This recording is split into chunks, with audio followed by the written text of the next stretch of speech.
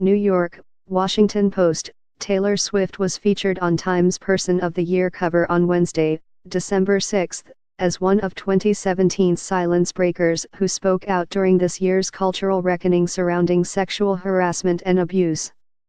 At first, some may have been confused to see Swift, a famously apolitical celebrity who has been criticized for not taking any political stance in this divisive year, categorized as one of the voices that launched a movement, as the magazine put it. She stood next to figures such as Ashley Judd, one of the first stars who went on the record with allegations against Hollywood mogul Harvey Weinstein, and lobbyist Adama Iwu, who helped coordinate a campaign to stop harassment in California state politics. However, while Swift spent most of 2017 under the radar until she dropped a new album this month, she made one very notable appearance in August when she showed up in a Denver courtroom. 2 years earlier, former Denver country radio DJ David Mueller had sued Swift, alleging the pop star got him fired when she said that he lifted her skirt and groped her during a meet and greet at a 2013 concert. Swift countersued for a symbolic $1, accusing Mueller of assault and battery. The jury sided with Swift. Mueller still denies any wrongdoing and says he might file an appeal.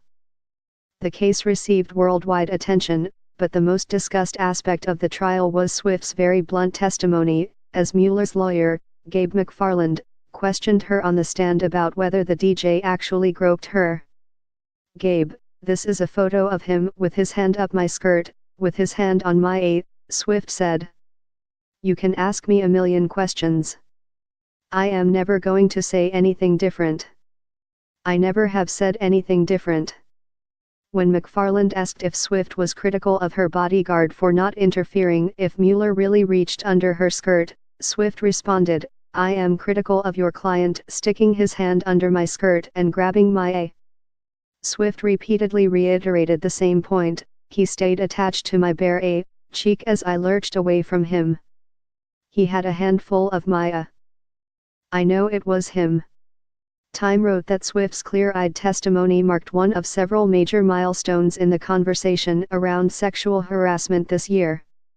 In the weekend following the trial, the Rape, Abuse, and Incest National Network, RAINN, reported a 35% increase for its national hotline.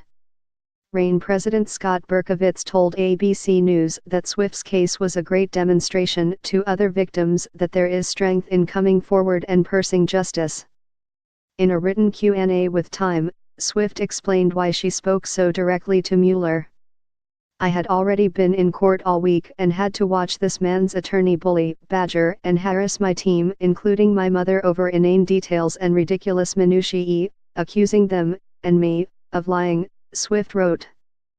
"I was angry in that moment. I decided to forego any courtroom formalities and just answer the questions the way it happened.